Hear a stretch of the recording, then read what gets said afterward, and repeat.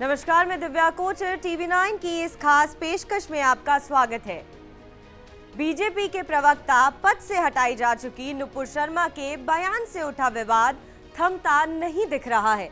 इस विवाद को सबसे ज्यादा हवा तब मिली जब खाड़ी के मुस्लिम देशों ने इस पर ऐतराज जताया और इस ऐतराज का झंडा सबसे पहले उठाया था खाड़ी के देश कतर ने। ये वही कतर है जिसकी भारत ने मुश्किल वक्त में बड़ी मदद की थी। इस वीडियो में हम आपको दिखाएंगे कि कैसे भारत का एहसान भुलाकर कतर अरब देशों में भारत विरोधी मुहिम का लीडर बन गया है और क्या है कतर की इस राजनीति के पीछे की इनसाइड स्टोरी। बीजेपी के प्रवक्ता के पद से हटाई जा चुकी नुपुर शर्मा के पैगंबर मोहम्मद साहब को लेकर दिए विवादास्पद बयान की चिंगारी ने न सिर्फ भारत के भीतर बल्कि मिडिल ईस्ट के देशों में भी हलचल पैदा कर दी। हलचल इसलिए क्योंकि खाड़ी के एक छोटे से देश कतर ने इस मसले पर बेहद कड़ा रुख अपनाते हुए भारत के राजदूत को समन कर दिया। कतर और कुवैत की इस पहल के बाद एक खाड़ी के कई देशों ने भारत के राजदूतों को बुलाकर अपना विरोध दर्ज कराया। इनमें सऊदी अरब और यूएई जैसे वो देश भी शामिल हैं जिनके साथ बीते कुछ सालों में भारत के ताल्लुकात बेहद मजबूत हुए हैं। यानी सीधे शब्दों में अगर कहें तो कतर ने नुपुर शर्मा के बयान का एक ऐसा मसला उठा दिया जिसे बाकी अरब देशों को फॉलो करना ही पड़ा। इनके अलावा इंडोनेशिया, मलेशिया और मालदीव जैसे देश भी भारत के विरोध की कतार में खड़े हो गए।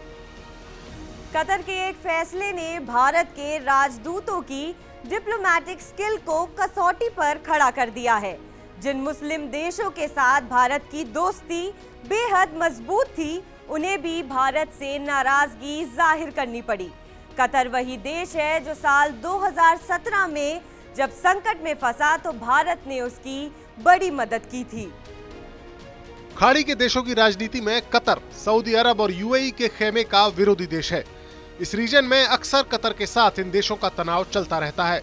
साल 2017 में ये तनाव चरम पर पहुंच गया था और सऊदी अरब, यूएई, बहरीन और इजिप्ट जैसे देशों ने कतर की नाकेबंदी कर दी थी। आरोप था कि कतर ईरान में मौजूद कट्टरपंथी उग्रवादियों की मदद कर रहा था। इस नाकेबंदी ने कतर में बड़ा संकट खड़ा कर दिया और कतर की आवाम के लिए खाने पीने के सामान की बड़ी किल्लत खड़ी हो गई थी। ऐसे मुश्किल वक्त में भारत ने कतर के लिए जरूरी चीजों की सप्लाई के लिए गुजरात के मुद्रा पोर्ट से डायरेक्ट मैरीटाइम लाइन शुरू की, जिसे कतर एक्सप्रेस सर्विस का नाम दिया गया। इस रूट के जरिए कतर को न सिर्फ भारत से मदद भेजी गई बल्कि कई और देशों की मदद भी इसी रास्ते से कतर तक पहुंची और उसकी आवाम को भिखमरी के कगार तक पहुंचने से बचाया गया। तो सवाल ये है कि जिस देश को भारत ने मुश्किल के वक्त बचाया, वो देश भारत के खिलाफ इतनी बड़ी मुहिम का झंडा बरदार कैसे बन गया? इस सवाल का जवाब जानने के लिए हमें अरब देशों की राजनीति को समझना होगा, जहां इस्लामिक दुनिया का लीडर बनने की तगड़ी रेस चल रही है। इस्लामिक दुनिया की राजनीति में हमेशा से ही सऊदी अरब और उसके खेमे के देशों का दबदबा रहा है। ईरान और उसके कतर जैसे सहयोगी देश इसे हमेशा चुनौती देते आए हैं। ईरान और सऊदी अरब के खेमों की अदावत सालों साल पुरानी है। कतर अब इस अदावत का बड़ा किरदार बनना चाहता है। कतर के पास नेचुरल गैस और तेल के बड़े भंडार हैं, जिसकी दम पर वो इस्लामिक देशों में अपनी धाक जमाना चाहता है। माना जा रहा है कि भारत में नुपुर शर्मा के बयान के बाद खड़े हुए विवाद के जरिए कतर अपनी इमेज एक मजबूत इस्लामिक देश के तौर पर चमकाना चाहता है। वहीं दूसरी ओर इस बात की भी संभावना है कि पिछले कुछ सालों में सऊदी अरब और यूएई जैसे कतर के विरोधी देशों के साथ मजबूत होते भारत के ताल्लुकात कतर की आंखों में खटक रहे हों। लिहाजा कतर ने एक तीर से दो शिकार करने का फैसला किया हो। इस मसले पर कतर के फैसले से उसकी इस्लामिक दुनिया में पोजीशन तो मजबूत हो ही सकती है, साथ ही भारत के लिए भी परेशानी खड़ी हो गई है।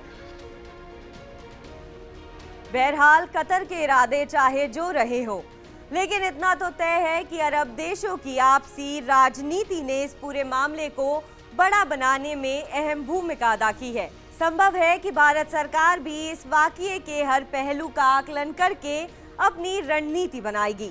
ये वीडियो आपको कैसा लगा हमें कमेंट सेक्शन पर जरूर बताएं। देश और विदेश की तमाम बड़ी खबरों के लिए आप देखते रहिए TV9 डिजिटल।